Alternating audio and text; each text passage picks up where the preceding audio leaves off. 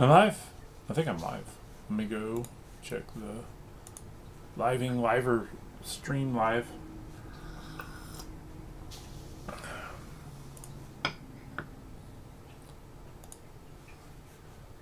My living testing live. I'm live? I think I'm live. Okay. Yes, it's early. So, good morning. This is Ryan with Coffee and Resales, broadcasting a little early this morning because I got real work I got to do. I go to garage sales, thrift stores, yard sales, flea markets, collect stuff so I can flip it online. This morning, a couple of neat sales and a neat jacket I got up for sale and regular work to do. So, that's what we're going to jump into this morning. Okay. First off, another book bundle. Babysitter's Club, graphic novels. Bought them 50 cents a piece at minimum. $10 for the lot. So, I probably made $1 or $2 on this sale. After shipping and eBay takes their cut, maybe $3. Probably not quite that much, but I made money. And why do I keep doing this when I don't make some? Because I know the books that sell in bundles, and I know that I've had these. I don't know that I've had this up for sale for a month.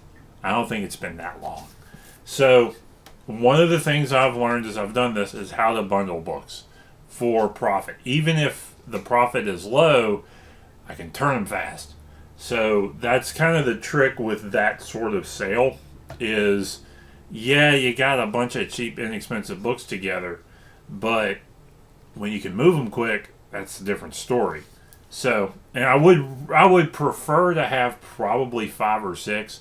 That way they're really into the profit on that because media mail is so great for that sort of thing. But still a few bucks. And it helps my... will help me get up there to get my seller rating up and stay up, so good to go there. But this is better. $30 book. This is Between Christ and Satan by Kurt Koch. Apparently, he's a... I've looked up several of his books, and he's got...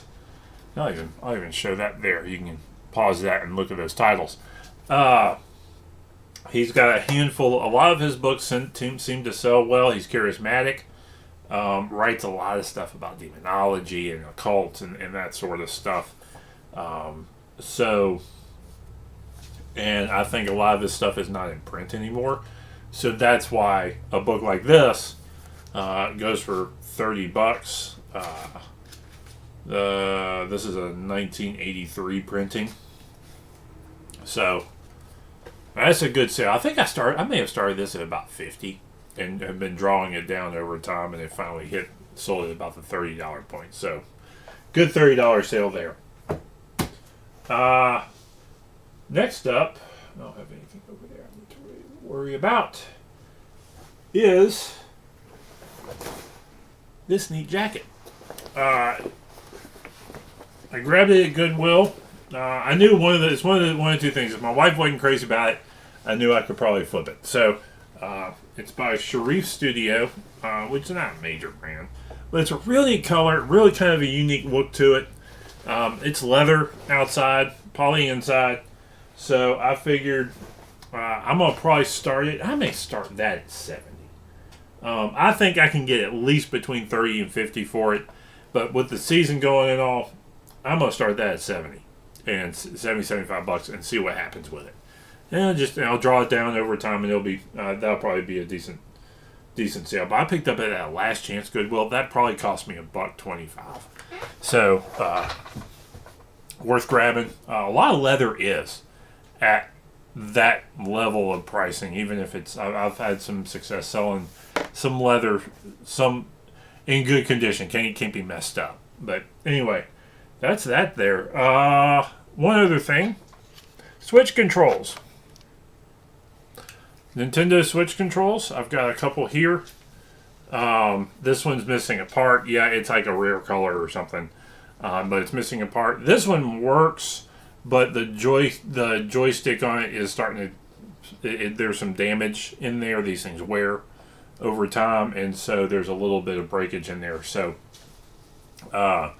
it's not conducive to what we want, and we only got one of them anyway. So this one isn't worth. If I did my looking up right, it's not worth repairing and reselling. So I will sell these two as a parts lot, $20, maybe a little bit more than that. And flip those that way. Switch stuff sells. A lot of Nintendo stuff still sells, and it probably always will. Nintendo. Reason being, a little bit of a rant here. Okay. I'm not a lot of gamers aren't necessarily big fans of this necessity that modern gaming companies have of being online to play your game. Nintendo's pretty good about that, where you don't have to do it. But there's some PlayStation, and Xbox stuff that almost require you to be able to have an internet access to play certain games. This is why I think we will always see a demand for older systems and older games, is because people don't have to deal with that. They won't be able to just plug and play stuff and not have to worry about an internet connection. And there's a lot of old games that are still great. I still have my Super Nintendo, and we pull it out and play it all the time. So that's that kind of mentality there, that don't poo-poo on looking up old systems, because they will always have value, because they're not making more of them. They are making some emulator systems, and those are okay, but they're not making any more old Nintendos. They're not making any more old Super Nintendos. So that's something you got to keep in mind when you see this stuff that's in parts. That I've flipped pretty junky stuff for a decent amount of money because the case was in decent shape, or somebody needed it. There's people who do craft stuff with the parts.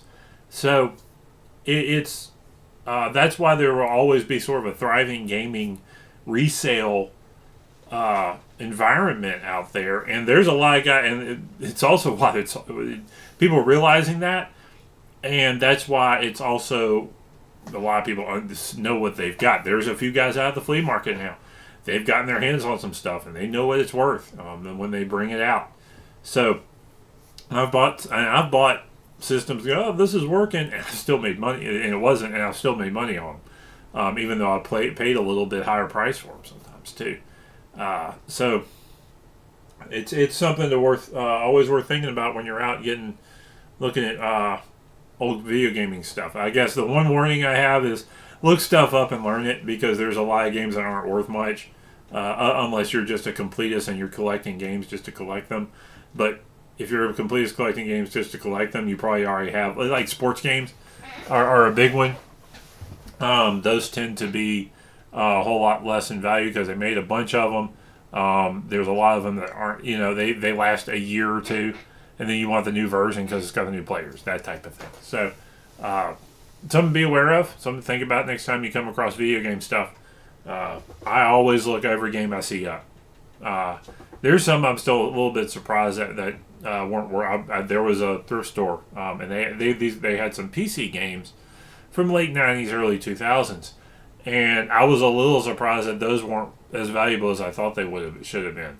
But that may be the PC game. I think if those were Nintendo, Super Nintendo, if they were like PlayStation games or Xbox games, of those types, they may have been worth more.